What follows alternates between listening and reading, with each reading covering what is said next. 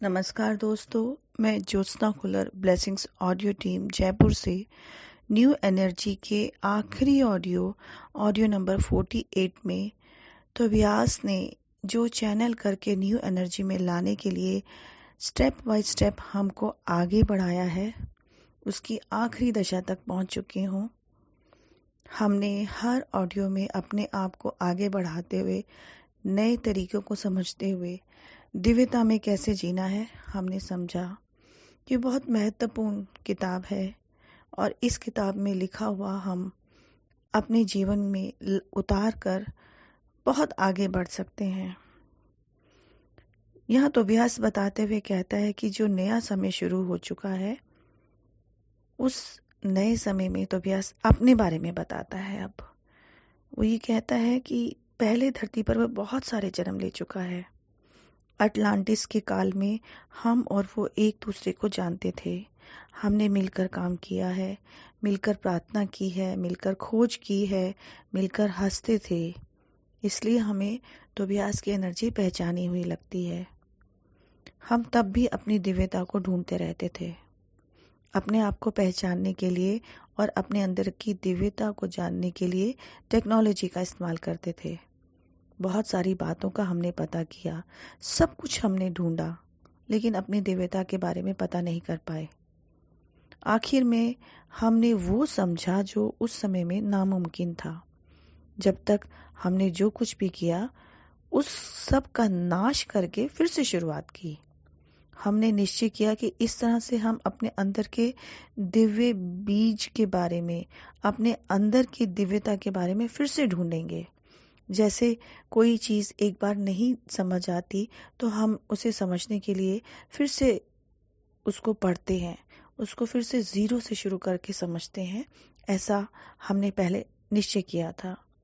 एक बार फिर हम तोबियास के लोगों के साथ मिले, जब तोबियास मानव के शरीर में नहीं था। एक कुटुंब की तरह और शोभरा की तरह हम मिले। 2000 साल पहले भी हम धरती पर मिले। वो कह रहा है कि तब से हमें उस एनर्जी के बारे में पता है। जब से वो हमारे साथ रहते हुए, हमसे प्यार करते हुए, हमारे परिवार का भार अपने कंधों पर उठाते हुए हमारी मदद कर रहा है। हमारे एंजल्स और मार्गदर्शक के साथ, तोबियास के साथ भी हमने काम किया है। हम इस धरती पर किसी लक्ष्य से आए हैं। इस जन्म में भी हमारे साथ तोबियास इतनी अच्छी तरीके से रह रहा है। हमारे सोते वक्त या जागते वक्त तोबियास और क्रिम्सन काउंसिल के लोग हमारे साथ काम करते रहते हैं। हम बहुत मुश्किल प्रयाण कर रहे हैं। पहले किसी ने भी इस तरह के सफर को नहीं किया है। यहाँ प्रयाण का मतलब यात्रा से है। जब तक हम इस मार्ग में आगे बढ़ते रहेंगे, तब तक वो हमारा साथ देंगे। आग की दीवार ने हमारे लाखों टुकड़े बना दिए थे। इसमें से कुछ टुकड़े एक हुए की वजह से पहली सृष्टि के बाहर हैं। हम शून्य में हैं, वहां पर अंधेरा भी नहीं है। जो कुछ भी है सिर्फ वैक्यूम है। शून्य की आने की वजह से हमारे पास लगेज भी नहीं है। अपना कहने के लिए हमारे पास कुछ भी नहीं है। हमारे पास यादें नहीं हैं। अकेलापन, अपराध भावना, गुस्सा और अलग होने की भावना तीव्र रूप से महसूस हो रही है। यह हमारे साथ तभी से है, इसीलिए हम रोते हैं। और घर वापस जाने के लिए रास्ता ढूंढने के लिए हमने विश्व में युद्ध भी किए। दूसरों से एनर्जी को लिया, क्योंकि हम उनसे लड़कर उस एनर्जी को अपने पास इकट्ठा करके घर जाना चाहते थे। हमें लगता था कि जितनी एनर्जी हम इकट्ठा कर लें और उस एनर्जी के साथ हम आगे बढ़कर घर चले जाएंगे, लेकिन उसकी वजह से कुछ भी फायदा नहीं हुआ। लेकिन युद्ध हुए, संघर्ष हुआ। धरती पर कितने संघर्ष हुए। वहां पर इन संघर्षों में अभी भी कुछ जगह दूसरों से एनर्जी लेना जारी है। घर की मजबूत याद हमें दुखी बना देती है। हमने यहाँ पर जो सृष्टि की है, उसकी चेतना की वजह से थोड़ा थोड़ा विस्तार होता जा रहा है और हम यहाँ तक आए हैं, यानी कि हमारे पास घर आ रहा है। पहले जो था वो सब एकता की सृष्टि थी, जिसे स्पिरिट अकेले नहीं कर सकती थी। उसके प्रतिनिधि के रूप में हमने दोहरी सृष्टि बनाई और उसकी सहायता की। इसलिए हम सबको उस तरफ वाले बहुत पसंद करते हैं, हमारी इज्जत करते हैं। इसलिए क्रियान के लोग हमें आश्चर्य से देखते हैं। घर छोड़कर आग की दीवार पार करके हमारे साथ हम कुछ भी नहीं लाए, लेकिन एक बहुत छोटे बीज को, एक कवच को सावधानी से लपेट कर लाए हैं। वही बीज दिव्यता का बीज है। इतने दिनों से उसको अपने मन में रखकर घूमते थे, बहुत सावधानी से उसकी रक्षा करते आए हैं। इतनी सावधानी से उसकी रक्षा करते आए हैं कि हमने भी उसे नहीं देखा और दूसरों को दिखाए बिना सावधानी से अपनी चेतना में छुपा दिया है। बाहर जो दिख रहा है उससे ज्यादा गहरा कुछ हमारे अंदर है, जिसे हम बहुत समय से महसूस करते आए हैं और उसी बीज की वजह से हमने इतनी दूर तक सफर किया है। हम बीज शब्द को सिर्फ एक तुलना के रूप में बता रहे हैं, लेकिन सच में वो हमारे अंदर एक भाग है। जब तक सही समय नहीं आता तब तक वह हमारे अंदर की गहराइयों में रह जाएगा। कुछ 2500 साल पहले धरती के कंपन दूसरे स्तर में और डायमेंशन में, या जो दिव्य चेतना है, उसे वापस लाने के अनुकूल हुए। इसे हम ईसा चेतना भी कहते हैं। हमारी चेतना हमारे भौतिक शरीर में नहीं है, हमारे आसपास जो दूसरे स्तर है उसके अंदर है। इसे हम सिनेमा प्रोजेक्टर जैसा समझ सकते हैं। फिल्म और प्रोजेक्टर नामक चेतना एक जगह है, इनके द्वारा प्रदर्शन किया दूसरी जगह पर जाता है। हमारी चेतना तीसरी परिधि में है और हमारे द्वारा उठाए गए इस शरीर में धरती पर प्रचार हुए या प्रसारित हुए चित्र हम हैं। इसे बहुत शांति से और गहराई से सुनकर समझना है। लगभग 2000 साल पहले उस चेतना को कुछ ज्यादा धरती पर और हमारे वास्तव में लाने के लिए, शुरू करने के लिए सही समय आया। आने वाले स्वर्ण युग के लिए स्कूल की परिस्थिति का निर्माण होना शुरू हो गया।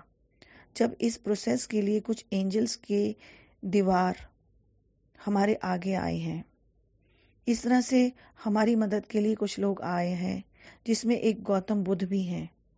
सिर्फ बुद्धा अकेले चेतना को नहीं लाया है। इस समय में बुद्ध चेतना के साथ रहने वाले बहुत लोग हैं, जो न्यू एनर्जी की दिव्य चेतना है और वो आ रही है। उसे ईसा चेतना या बुद्ध चेतना कहते हैं। 2000 वर्ष पहले शोभरा नाम की एक टोली थी। उस टोली में हम शामिल हुए। हमें पता है कि दिव्य चेतना को दूसरे स्तर से धरती पर लाने का समय आ गया है। उस एनर्जी को पाने वाले हम हैं। हमने ईसा के साथ जिंदगी बिताई है। उस समय में बहुत लोग आसपास के प्रांत में रहते थे। ईसा के मरने के बाद यह एनर्जी बहुत मजबूत थी।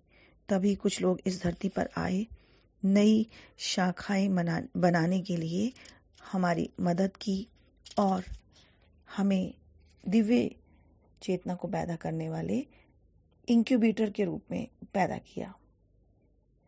दिव्य चेतना को धरती पर लाने के लिए हम कुछ भी करने को तैयार हैं। अब अंतिम रूप से ओल्ड एनर्जी और न्यू एनर्जी के बीच में तुलना करके तो व्यास बता रहा है। हमें पता है कि हमारे अंदर कुछ है और हम एक मुख्य काम के लिए यहाँ पर आए हैं। जरूरत होने पर हमारी पसंद की चीज को भी हम त्याग करके समझौता करते हैं। इस जन्म में हमने बहुत कुछ पाया है।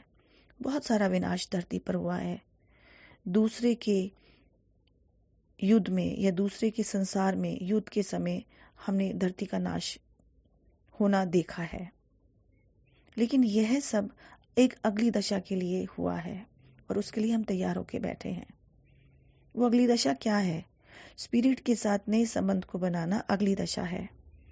जब तक हम भगवान को पूर्ण रूप से नहीं जान पाए, अपने बीज तत्व को नहीं समझे, अपने आप को हमने एंजल की तरह आईने में देखना नहीं शुरू किया, तब तक हम इस चीज को नहीं समझ पाए। ये इतना आसान नहीं है। इस सब को पाने के लिए हमने बहुत संघर्ष किया है। हम इस भावना में रहते आए हैं कि स्पिरिट और हम अलग अलग हैं। हमने ये समझा कि बुद्धि के साथ उसे समझ पाएंगे।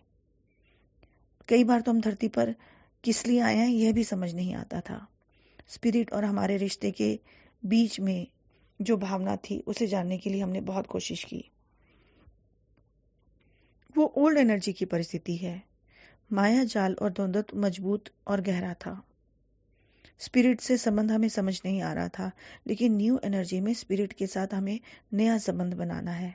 ये करीब संबंध होने वाला है, बहुत गहरा संबंध होने वाला है। अब हमें अपने स्पिरिट के बारे में गहरी जानकारी मिल गई है। हम ओल्ड एनर्जी की बातों को स्वीकार नहीं करते हैं, हर चीज का निर्देशन करते थे। न्यू एनर्जी में जैसा है उसे स्वीकारते थे, क्योंकि विषय के पीछे हमें जो बिग पिक्चर है उसे देखा जाना था। हम दृश्य को समझते हैं। हमें इंसानों की तरह व्यवहार न करके हमें दिव्यता में रहना है। ओल्ड एनर्जी में मानव जन्म का घर छोड़कर आना हमने एक श्राप और सजा की तरह माना है, जिसकी वजह से समस्या, रोग और कष्ट हमारे शरीर में ज्यादा हो गए। और न्यू एनर्जी में मानव तत्व का अंगीकार करना बहुत आसान है।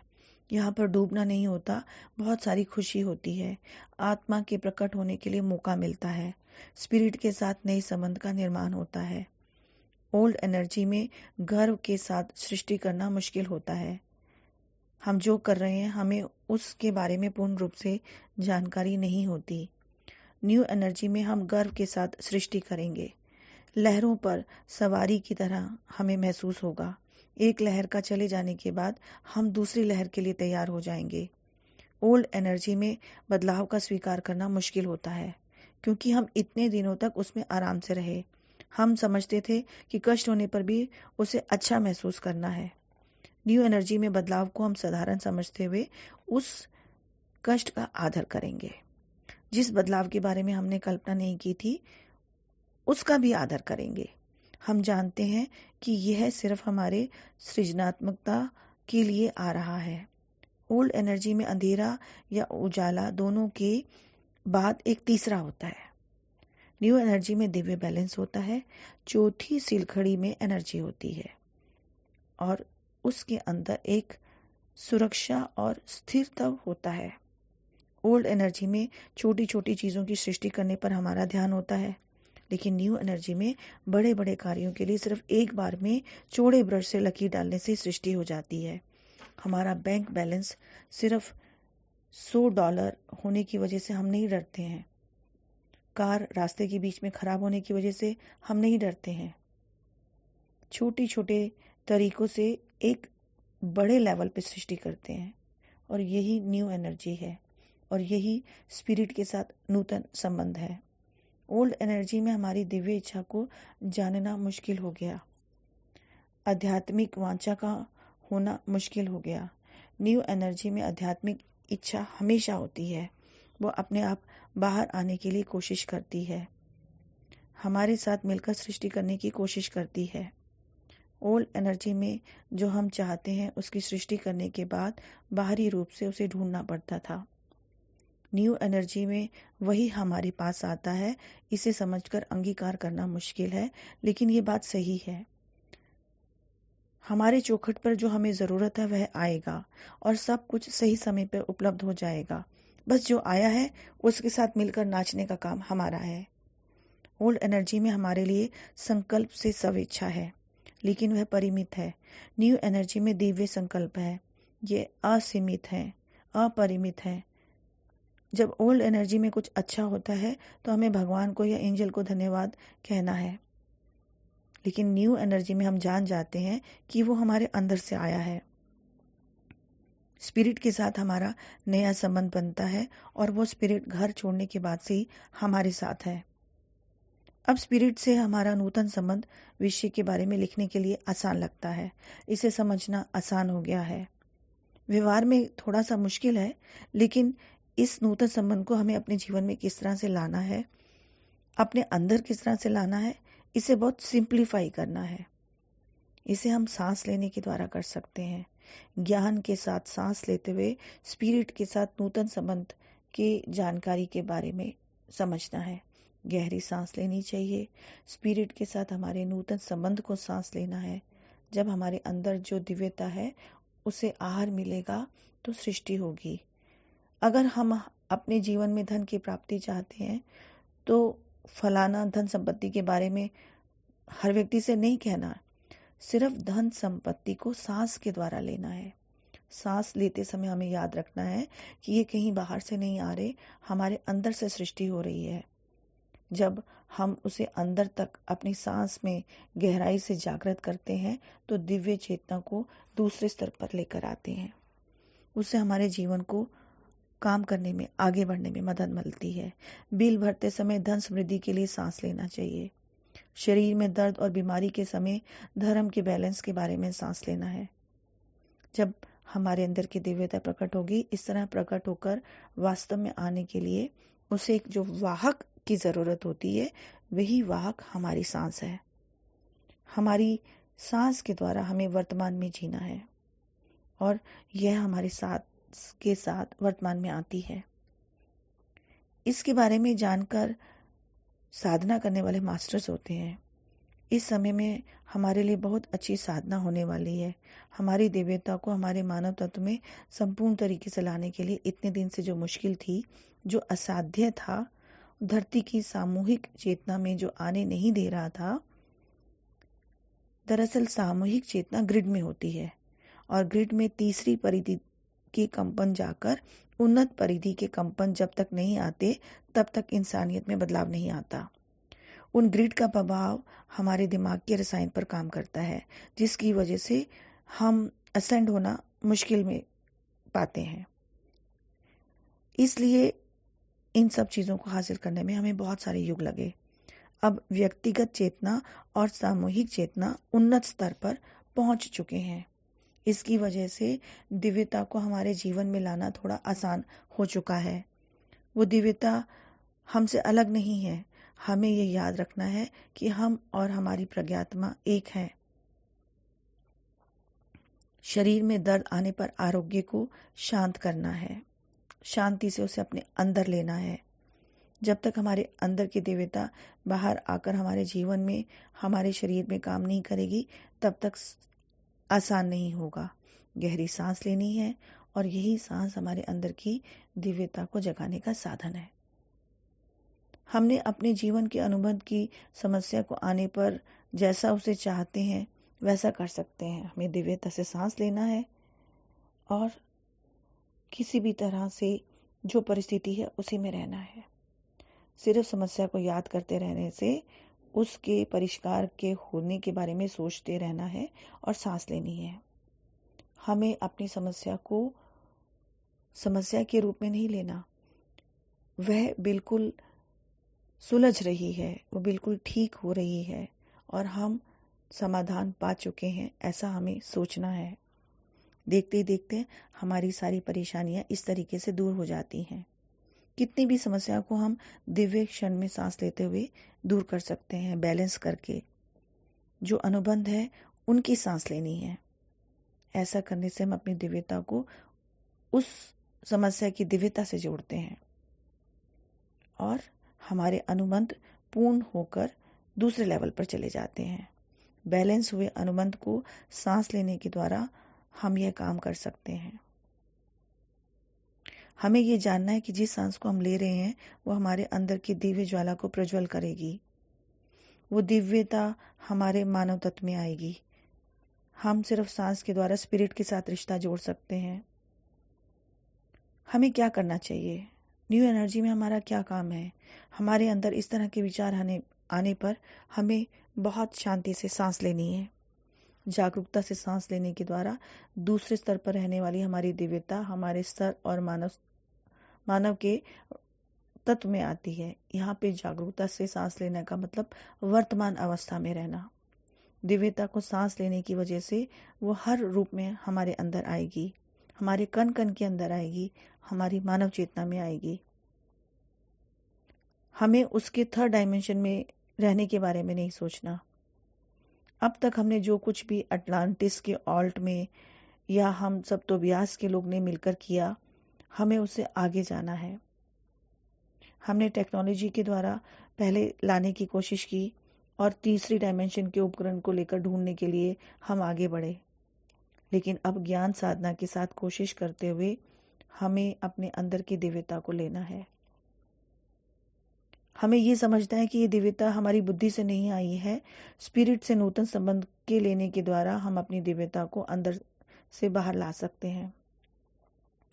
हमें ये पता चलना चाहिए कि हमारे लिए ये एक टर्निंग पॉइंट है और इस टर्निंग पॉइंट में रहने के लिए हम इसे स्वीकार करके आए हैं। आने वाले वर्षों में हर एक बदलाव के लिए तैयार होकर आए हैं। जितना हम ध्यान के साथ चलेंगे उतनी हमारी दिव्यता जागृत होगी। ध्यान के साथ इसकी साधना करनी चाहिए। किसी भी तरह की कार्य सूची को अपने सामने नहीं रखना, किसी भी प्रकार की बुद्धि को इसमें नहीं लाना, बस दिव्य मार्ग में रहना है। सोचना ही नहीं है, दिव्यता से सांस लेना है। जब से हम आग की दीवार को पार करके आए हैं, ये दिव्य बीज हमारे अंदर प्रकट होने के लिए सही समय का इंतजार कर रहा है, क्योंकि अब हम न्यू एनर्जी में जा रहे हैं। इसलिए ये सही समय है। इतने दिन तक जो हमने अकेलापन बिताया है, इस दिव्यता से जुदाई महसूस की है, उस दिव्यता और उस प्रज्ञात्मा को वापस हमारे अंदर आने के बाद ये कष्ट खत्म हो गए हैं। जब हम ध्यान से सांस लेते हैं तो हमारी दिव्यता का एहसास तोबियस लोगों को जागृत होते हुए दिखाई देता है। इसे हमें तैयार करने के लिए 1 साल लगा। हमने तोबियास लोगों को भी इस चीज के लिए तैयार किया है। उन्होंने हमें बहुत सारे पाठ सिखाए हैं, जिसकी वजह से हम इतने दिनों बाद तैयार हुए हैं। विचारों को छोड़कर ध्यान से सांस लेंगे तो उसे हमें नतीजा दिखेगा। जुदाई भावना के स्थान में एकता का निर्माण होता है। अकेलेपन की जगह प्यार और संपूर्णता आती है। धन संपत्ति, भौतिक नए बैलेंस और सही अनुबंध हमारी प्रज्ञात्मा का सांस लेना हम सीख जाएंगे। इसी के साथ ही न्यू एनर्जी में हम रहते हुए, आगे बढ़ते रहते हुए सिर्फ इस किताब को यहाँ पर समाप्त नहीं कर रहे हैं।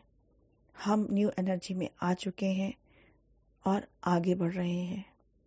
आप सभी का इस न्यू एनर्जी में आने के लिए बहुत बहुत धन्यवाद।